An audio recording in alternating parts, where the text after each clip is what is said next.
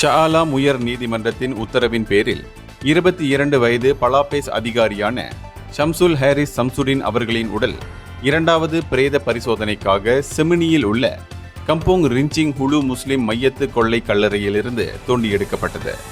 அவரது உடல் குடும்பத்தினர், நண்பர்கள், காவல்துறையினரின் பாதுகாப்புடன் கோலாலம்பூர் மருத்துவமனையில் உள்ள தேசிய தடயவியல் மருத்துவ நிறுவனத்திற்கு மேலதிக பரிசோதனைக்காக அனுப்பி வைக்கப்பட்டது. இதனிடையே கடந்த ஜூலை 28ஆம் தேதி ஷம்சுல் ஹாரிஸ் ஜொஹூர் உளுத்திராம் ராணுவ போர் பயிற்சி மையத்தில் பயிற்சி பெற்றுக் கொண்டிருந்த போது உயிரிழந்தார். இதனைத் தொடர்ந்து அவரது உடல் மறுநாளில் நல்லடக்கம் செய்யப்பட்டது. முதல் பிரேத பரிசோதனை அறிக்கை தனது மகனின் மரணத்திற்கு காரணமான காயங்களை விளக்கவில்லை என அவரது தாயார் உம்மு ஐமான் குற்றம் சாட்டினார்.